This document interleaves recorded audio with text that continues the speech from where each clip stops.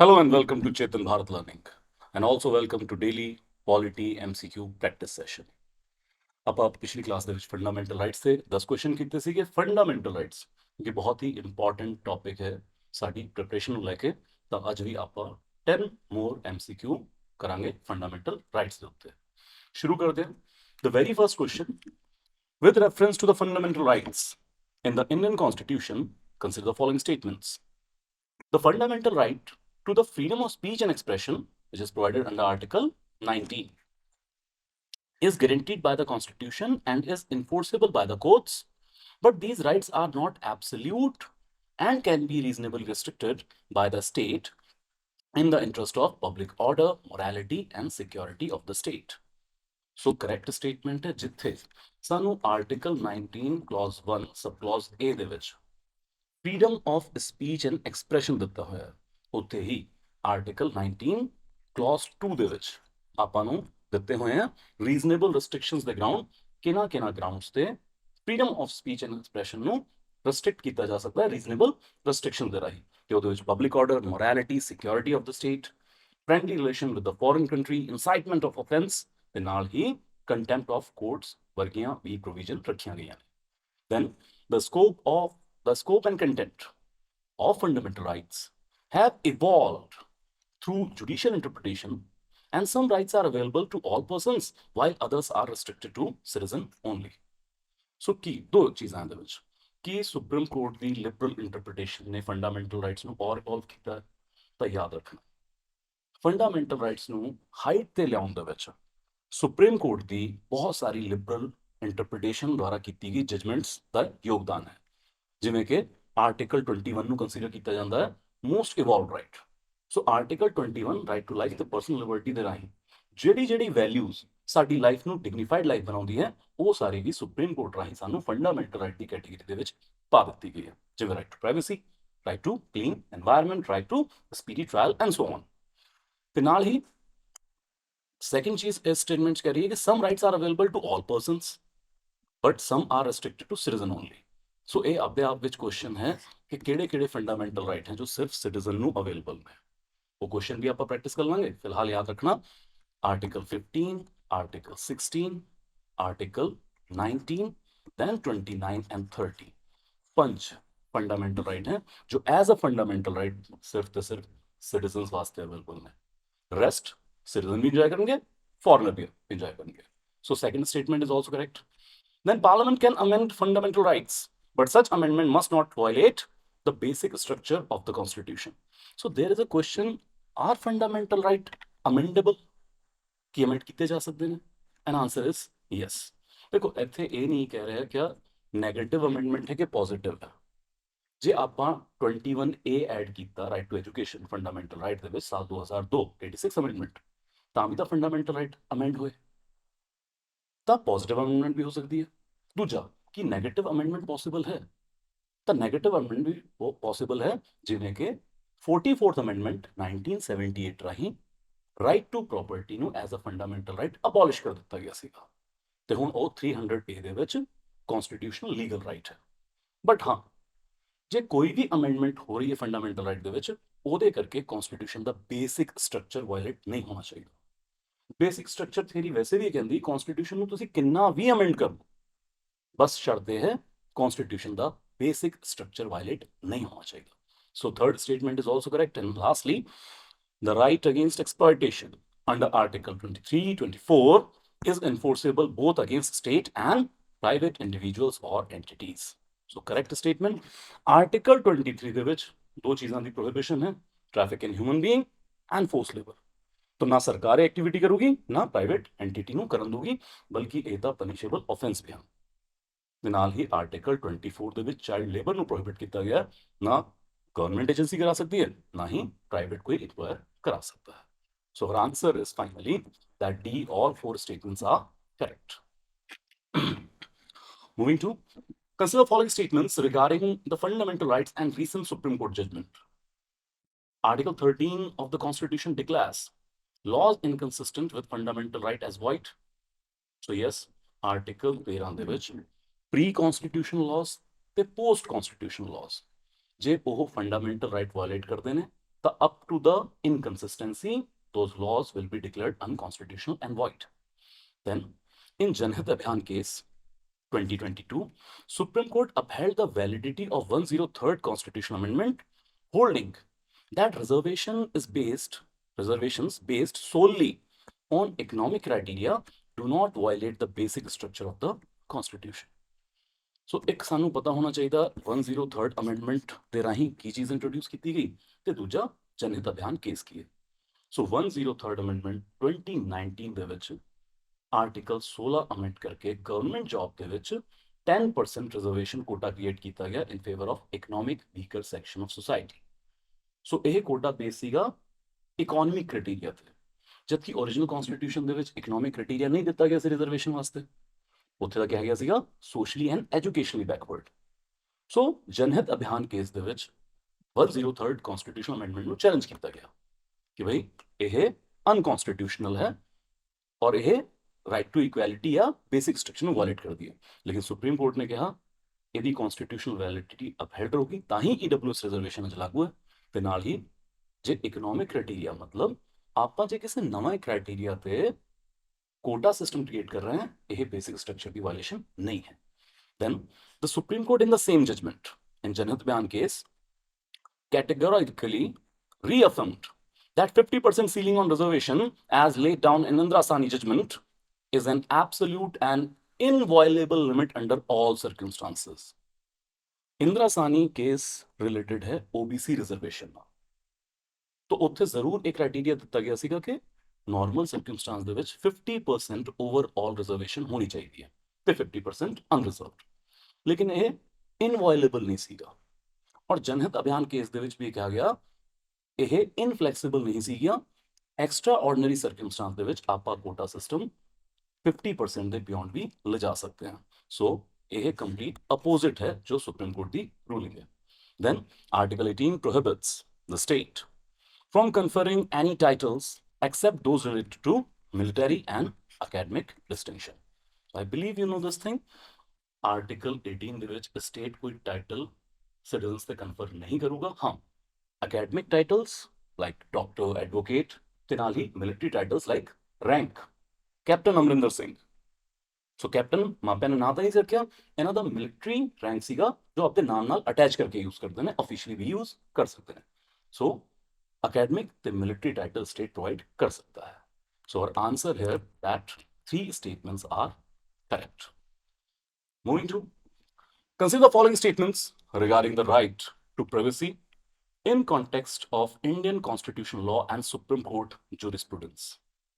The right to privacy as recognized by the Supreme Court is protected not only under Article 21, but also as overlapping guarantee under Article 14 and 19 of the Constitution.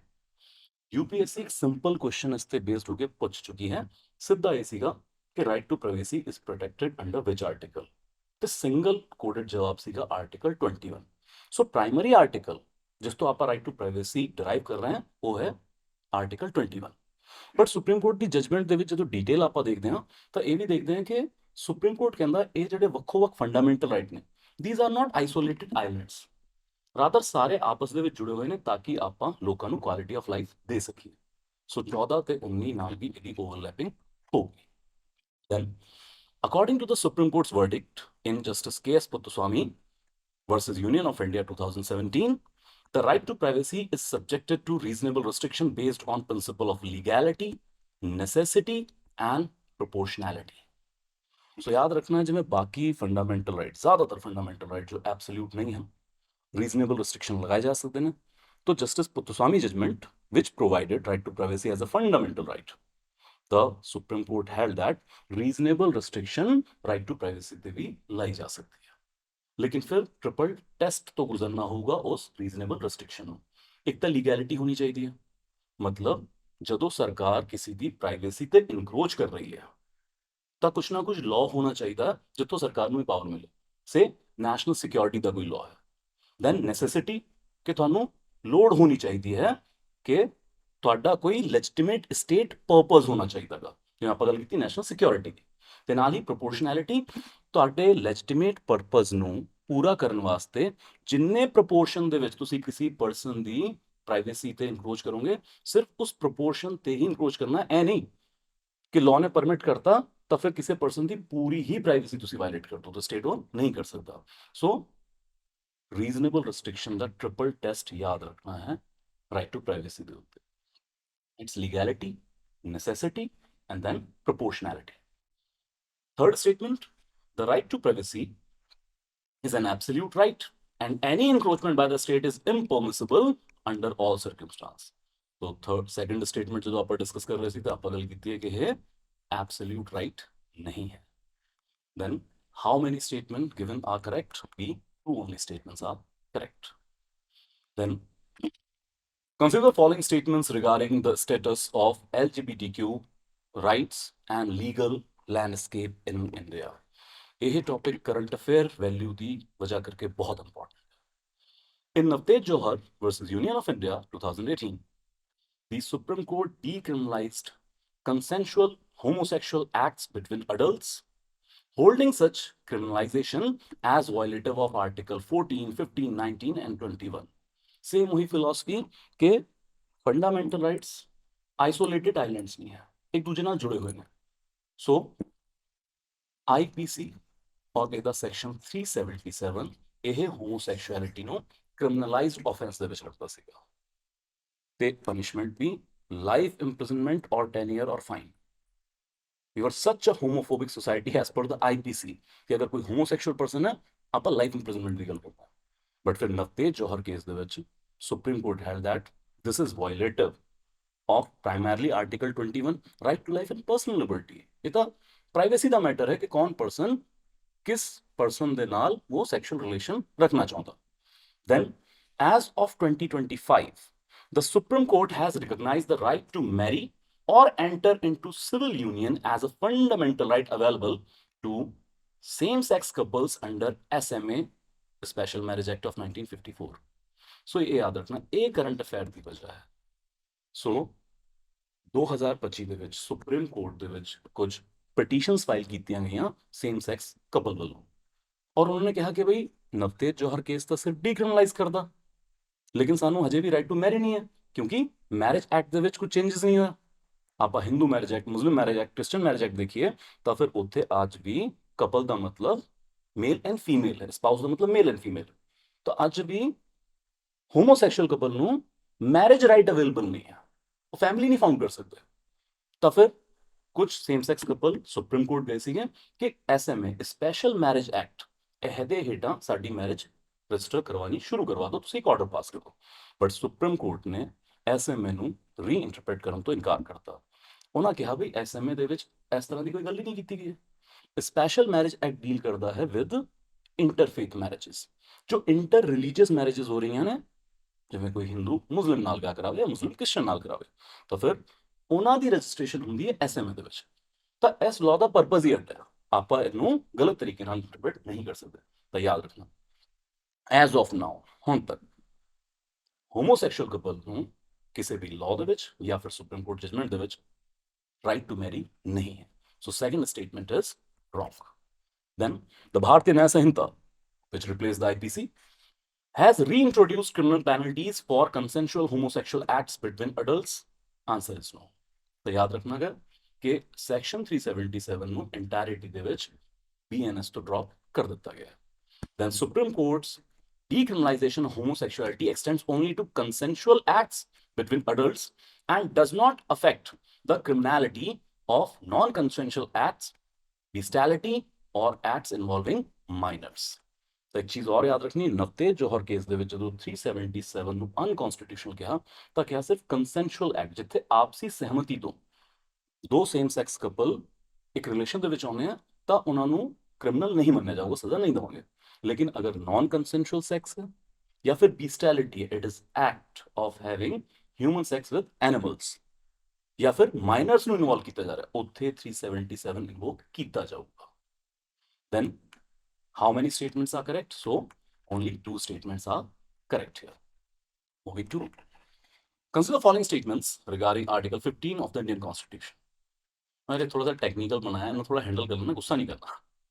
Okay. Article 15 Clause 1 prohibits discrimination by both the state and private individuals on the grounds of religion, race, caste, sex, place of birth. So technical error ਇਹਦੇ ਵਿੱਚ ਕੀ ਕੀਤਾ ਗਿਆ, ਆਪਾਂ generally ਪੜ੍ਹ ਲੈਂਦੇ ਹਾਂ ਕਿ article 15 ਆਪਾਂ ਸਟੇਟ ਦੇ ਖਿਲਾਫ ਵੀ ਕਲੇਮ ਕਰ ਸਕਦੇ ਹਾਂ ਤੇ ਪ੍ਰਾਈਵੇਟ ਐਂਟੀਟੀ ਦੇ ਖਿਲਾਫ ਵੀ ਕਲੇਮ ਕਰ ਸਕਦੇ ਹਾਂ। ਬਟ ਜਦੋਂ ਆਰਟੀਕਲ 15 ਕਲੌਜ਼ 1 ਇੱਥੇ ਲਿਖਿਆ ਗਿਆ, ਇਹ ਸਿਰਫ ਸਟੇਟ ਦੀ ਗੱਲ ਕਰਦਾ ਕਿ state shall not discriminate on the basis of religion, race, caste, sex, place of birth. ਤੇ ਆਰਟੀਕਲ 15 ਕਲੌਜ਼ 2 ਡੀਲ ਕਰਦਾ ਹੈ at the private entity, private places, like places open for public use. So technically wrong हो गया statement. Article 15 clause 4, 15 clause 5 empower the state to make special provision for the advancement of socially and educationally backward classes, scheduled caste, scheduled tribes, including reservation in educational institutes. So this is correct. 15(4) ਦੇ ਵਿੱਚ special provision ਲਾਈ ਜਾ ਸਕਦੀ ਹੈ socially and educationally backward classes ਲਈ, ਉਹ ਕੋਈ ਵੀ provision ਹੋ ਸਕਦੀ ਹੈ ਜਨਰਲ। ਲੇਕਿਨ 15 ਕਲੌਜ਼ 5 ਦੇ ਵਿੱਚ ਬੈਕਵਰਡ ਕਲਾਸ ਆਫ ਸਿਟੀਜ਼ਨ ਦੇ ਲਈ educational institute including the private one ਦੇ ਵਿੱਚ ਸਪੈਸ਼ਲ ਪ੍ਰੋਵੀਜ਼ਨ ਲਈ ਜਾ ਸਕਦੀ ਹੈ। It can be reservation of some seats or it can be some scholarship scheme. Then comes Article 15 Clause 6, inserted by the 103rd Constitutional Amendment, allows the state to make special provisions for the advancement of economically weaker section of the citizens, including reservation in educational institutions and public employment. ਹੁਣ ਇਹ ਵੀ technical ground ਤੇ ਗਲਤ ਹੋ ਗਿਆ ਹੈ। Public employment ਦੇ ਲਈ ਕਹਿਣਾ ਹੈ ਚਾਹੁੰਦਾ EWS ਦਾ ਗਵਰਨਮੈਂਟ ਜੌਬ ਦੇ ਵਿੱਚ ਰਿਜ਼ਰਵੇਸ਼ਨ ਕ੍ਰੀਏਟ ਕੀਤਾ ਗਿਆ ਹੈ ਆਰਟੀਕਲ 16 ਰਾਹੀਂ, ਕਿਉਂਕਿ ਗਵਰਨਮੈਂਟ ਜੌਬ ਦੇ ਵਿੱਚ ਰਿਜ਼ਰਵੇਸ਼ਨ ਨਾਲ ਡੀਲ ਕਰਦਾ ਆਰਟੀਕਲ 16। ਤੇ ਆਰਟੀਕਲ 15 ਦੇ ਵਿੱਚ ਜਨਰਲ ਕੋਈ ਵੀ ਸਪੈਸ਼ਲ ਪ੍ਰੋਵੀਜ਼ਨ ਜਨਰਲੀ ਲਿਆਈ ਜਾ ਸਕਦੀ ਹੈ ਤੇ ਐਜੂਕੇਸ਼ਨਲ ਇੰਸਟੀਟਿਊਟ ਦੇ ਵਿੱਚ EWS ਦਾ ਇੰਟਰਸਟ ਪ੍ਰੋਟੈਕਟ ਕਰਨ ਵਾਸਤੇ ਕੋਈ ਵੀ ਸਪੈਸ਼ਲ ਸਕੀਮ ਲਿਆ ਸਕਦੇ ਆ। ਤੇ ਜੇ ਸਿਰਫ ਗੱਲ ਹੁੰਦੀ ਰਿਜ਼ਰਵੇਸ਼ਨ ਇਨ ਐਜੂਕੇਸ਼ਨਲ ਇੰਸਟੀਟਿਊਟ, ਇੱਥੇ ਤੱਕ ਇਹ ਠੀਕ ਸੀਗਾ। ਪਬਲਿਕ ਇੰਪਲੋਇਮੈਂਟ ਵਾਸਤੇ ਆਰਟੀਕਲ 16 ਅਮੈਂਡ ਕੀਤਾ ਗਿਆ। So our answer that two statements are incorrect. We have to find incorrect statement. Moving to consider the following statements regarding Article 18 of the Indian Constitution and find incorrect statement as your answer. Article 18 Clause 1 prohibits the state from conferring any titles, including military and academic distinctions, on both citizen and non-citizen. Please be mindful, military and academic titles allowed, ਇਹਨਾਂ ਨੂੰ ban ਨਹੀਂ ਕੀਤਾ ਗਿਆ। So first statement is wrong.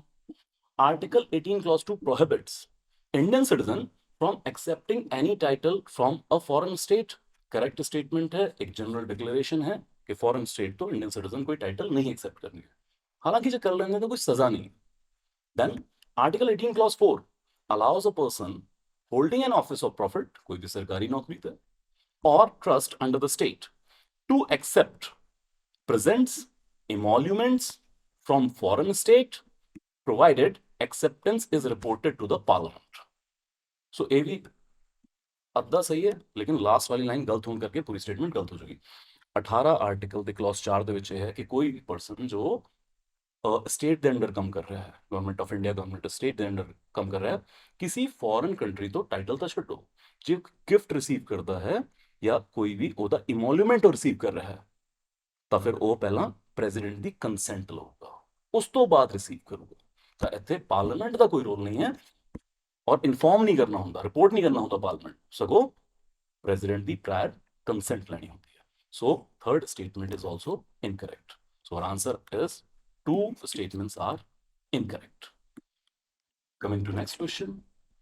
Consider the following statements regarding preventive detention provisions with respect to union and state government in India. ਇਹ ਬਹੁਤ ਧਿਆਨ ਨਾਲ ਆਪਾਂ ਕਰਨਾ ਹੈ। ਪ੍ਰੀਵੈਂਟਿਵ ਡਿਟੈਂਸ਼ਨ ਕਾਫੀ ਚਰਚਾ ਦੇ ਵਿੱਚ ਵੀ ਰਿਹਾ, ਪੰਜਾਬ ਦੇ ਵਿੱਚ ਵੀ ਅੰਮ੍ਰਿਤਪਾਲ ਇਸ਼ੂ ਨੂੰ ਲੈ ਕੇ NSA ਇਨਵੋਕ ਕੀਤਾ ਗਿਆ ਕਾਫੀ ਸਾਰੇ ਲੋਕਾਂ ਨੇ, ਉਹ ਅਜੇ ਵੀ ਅਸਮ ਜੇਲ੍ਹ ਦੇ ਵਿੱਚ ਬੰਦ ਹੈ। So both the union and state governments are empowered to enact preventive detention laws under their respective legislative list in the constitution. Now this is critical one. कि preventive detention law बनाने की पावर सिर्फ parliament कोल है या फिर ਲਿਸਟਾਂ ਦੀ entry ਦੇ ਮੁਤਾबिक centre ਤੇ state ਦੋਨੋਂ ਪ੍ਰੀਵੈਂਟਿਵ ਡਿਟੈਂਸ਼ਨ ਲਾਅ ਬਣਾ ਸਕਦੇ ਨੇ।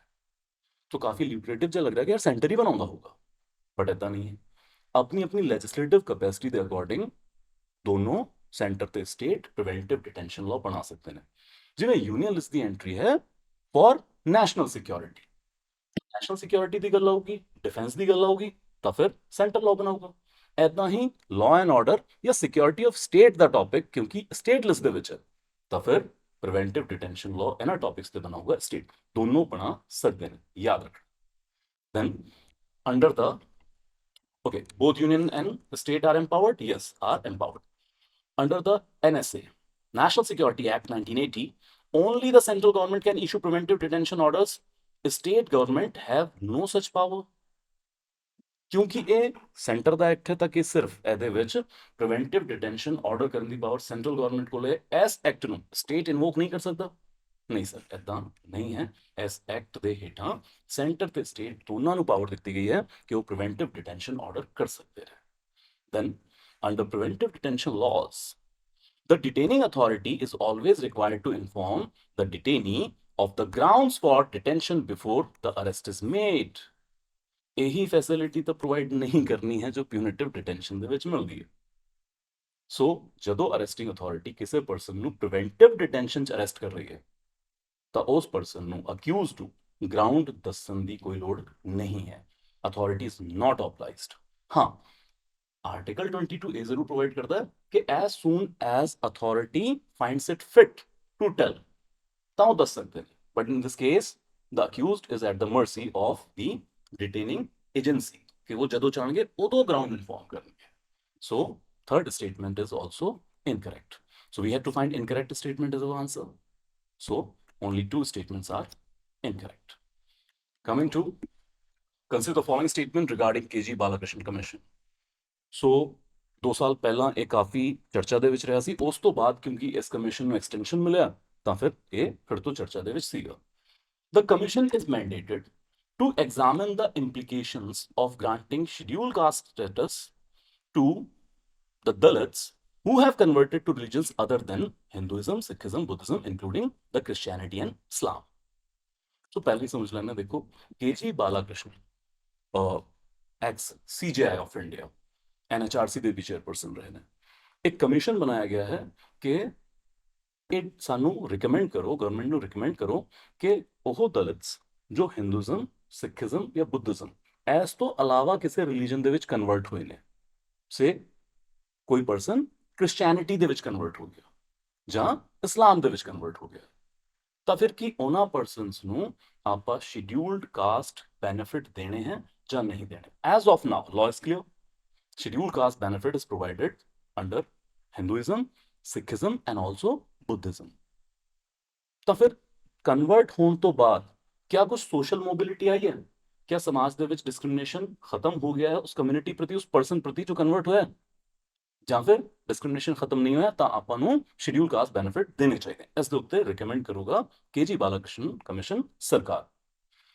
Coming to second option, commission is empowered to study not only the persistence of social discrimination post conversion but also impact on access to affirmative action and reservation benefits for such converts. यही ਆਪਾਂ discuss ਕੀਤਾ ਕਿ post conversion ਕੀ discrimination ਘੱਟ ਹੋਇਆ ਹੈ ਤੇ ਨਾਲ ਹੀ ਕੀ affirmative action scheduled caste benefits ਜੋ ਵੀ ਆਪਾਂ ਪ੍ਰੋਵਾਈਡ ਕਰਦੇ ਹਾਂ ਕਮਿਊਨਿਟੀ ਨੂੰ ਉਹ ਇਸ particular person ਨੂੰ ਦੇਣਾ ਜਾਂ ਨਹੀਂ ਦੇਣਾ ਹੈ।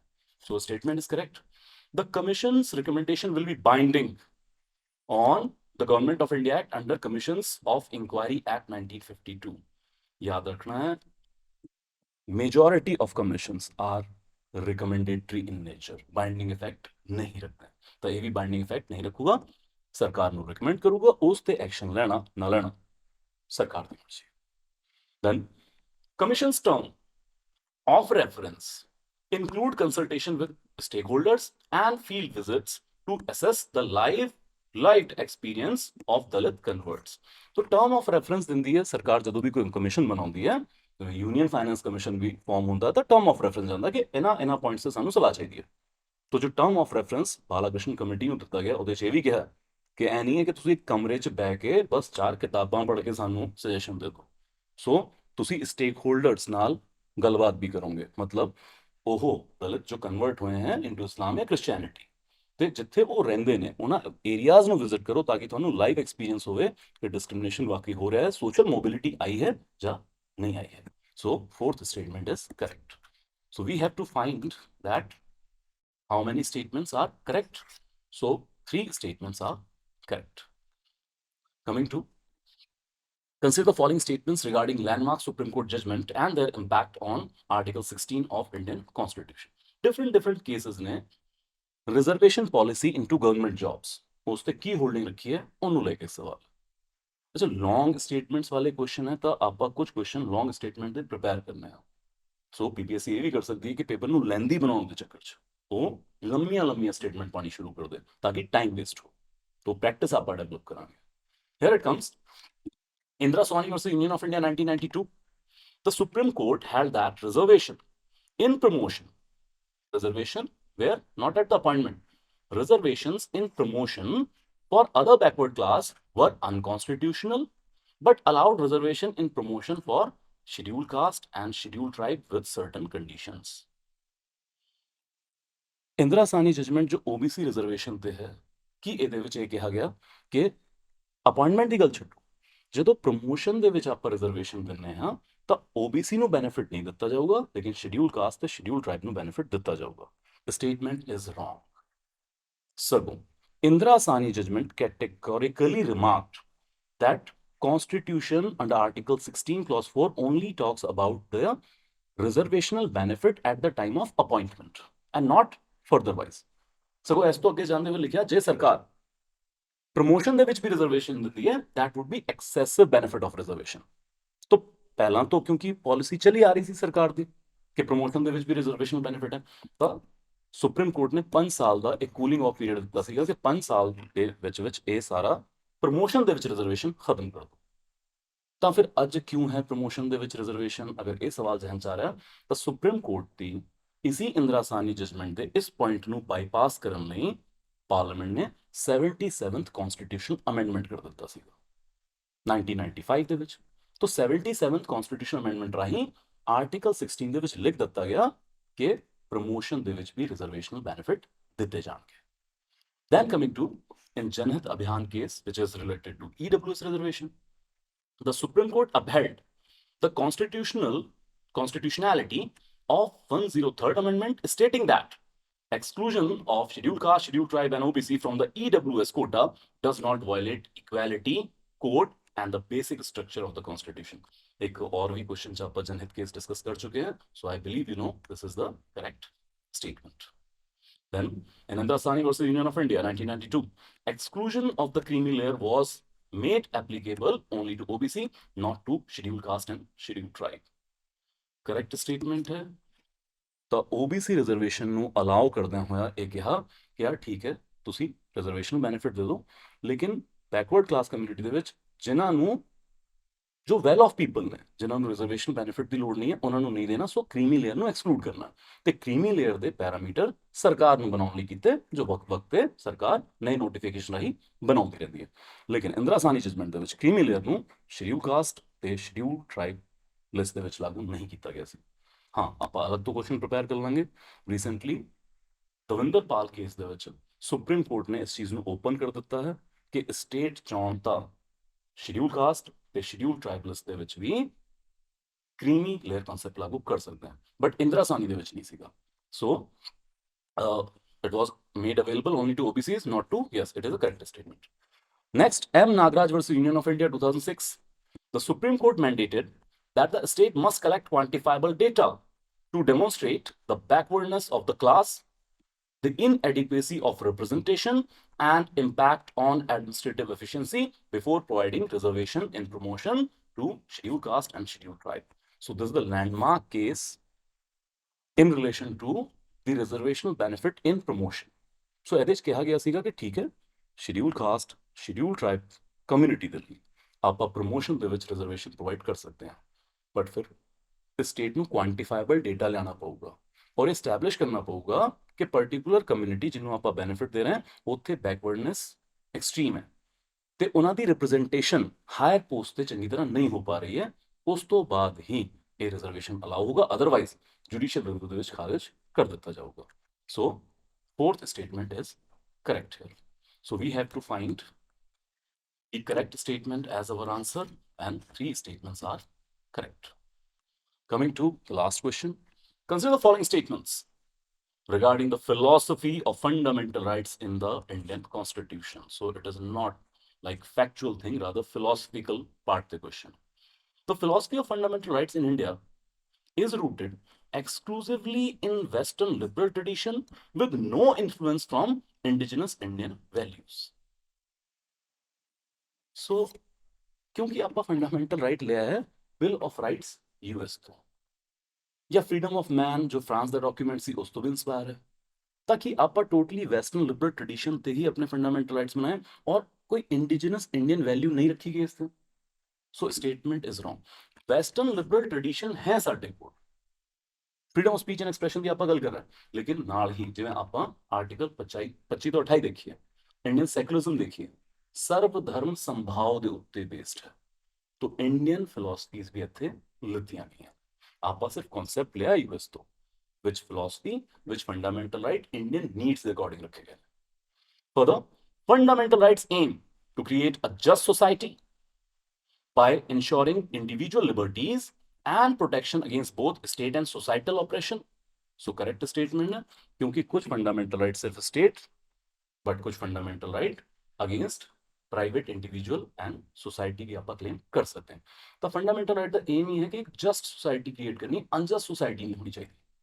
Then the inclusion of fundamental rights in the constitution reflects the belief that democracy is meaningful if civil liberties are recognized and protected by the state। very important line है, ये याद कर लेनी, आप मेंस भी यूज कर सकते हैं। तो फंडामेंटल राइट आप ऐसे बिलीफ ਨੂੰ ਪੁਖਤਾ ਕਰਨ ਵਾਸਤੇ ਰੱਖਿਆ ਹੈ ਕਿ ਡੈਮੋਕ੍ਰੇਸੀ ਲੋਕਤੰਤਰ ਇਹ ਉਦੋਂ ਹੀ ਮੀਨਿੰਗਫੁਲ ਹੈ ਜਦੋਂ ਸਿਵਲ ਲਿਬਰਟੀਜ਼ ਨੂੰ ਆਪਾਂ ਰਿਕਗਨਾਈਜ਼ ਵੀ ਕਰੀਏ ਤੇ ਉਹਨਾਂ ਨੂੰ ਪ੍ਰੋਟੈਕਟ ਵੀ ਕਰੀਏ। ਤੇ ਕਿਸ ਤੋਂ ਪ੍ਰੋਟੈਕਟ ਕਰੀਏ? ਆਪਾਂ ਸਟੇਟ ਤੋਂ ਪ੍ਰੋਟੈਕਟ ਕਰੀਏ। ਜੇ ਸਿਵਲ ਲਿਬਰਟੀਜ਼ ਪ੍ਰੋਟੈਕਟ ਹੋਣਗੀਆਂ, ਜੇ ਮੈਨੂੰ ਬੋਲਣ ਦੀ ਆਜ਼ਾਦੀ ਹੋਊਗੀ, ਤਾਂ ਮੈਂ ਡੈਮੋਕ੍ਰੇਸੀ ਦਾ ਆਨੰਦ ਮਾਣ ਸਕਦਾ ਹਾਂ, ਅਦਰਵਾਈਜ਼ ਨਹੀਂ ਮਾਣ ਸਕਦਾ। So statement is correct. Then fundamental rights in India are absolute and cannot be restricted or suspended under any circumstance। ਪਿਛਲੀ ਕਲਾਸ ਦੇ ਵਿੱਚ ਆਪਾਂ ਆਰਟੀਕਲ 358 359 ਚੰਗੀ ਤਰ੍ਹਾਂ ਕੀਤਾ ਸੀਗਾ, ਜਿਹਦੇ ਵਿੱਚ ਨੈਸ਼ਨਲ ਐਮਰਜੈਂਸੀ ਦੇ ਦੌਰਾਨ ਫੰਡਾਮੈਂਟਲ ਰਾਈਟ ਦੀ ਸਸਪੈਂਸ਼ਨ ਵੀ ਆਪਾਂ ਦੇਖੀ ਹੈ। ਤੇ ਐਬਸੋਲੂਟ ਤਾਂ ਬਿਲਕੁਲ ਨਹੀਂ ਹੈਗੇ, ਕੁਆਲੀਫਾਈਡ ਇਨ ਨੇਚਰ ਨੇ, ਰੀਜ਼ਨੇਬਲੀ ਰਿਸਟ੍ਰਿਕਟ ਕੀਤੇ ਜਾ ਸਕਦੇ ਨੇ। ਸੋ ਦਿਸ statement fourth one is incorrect। So finally, how many statements are incorrect here? In any case, only 2 statements are incorrect. So that will be all for today. Thank you so much.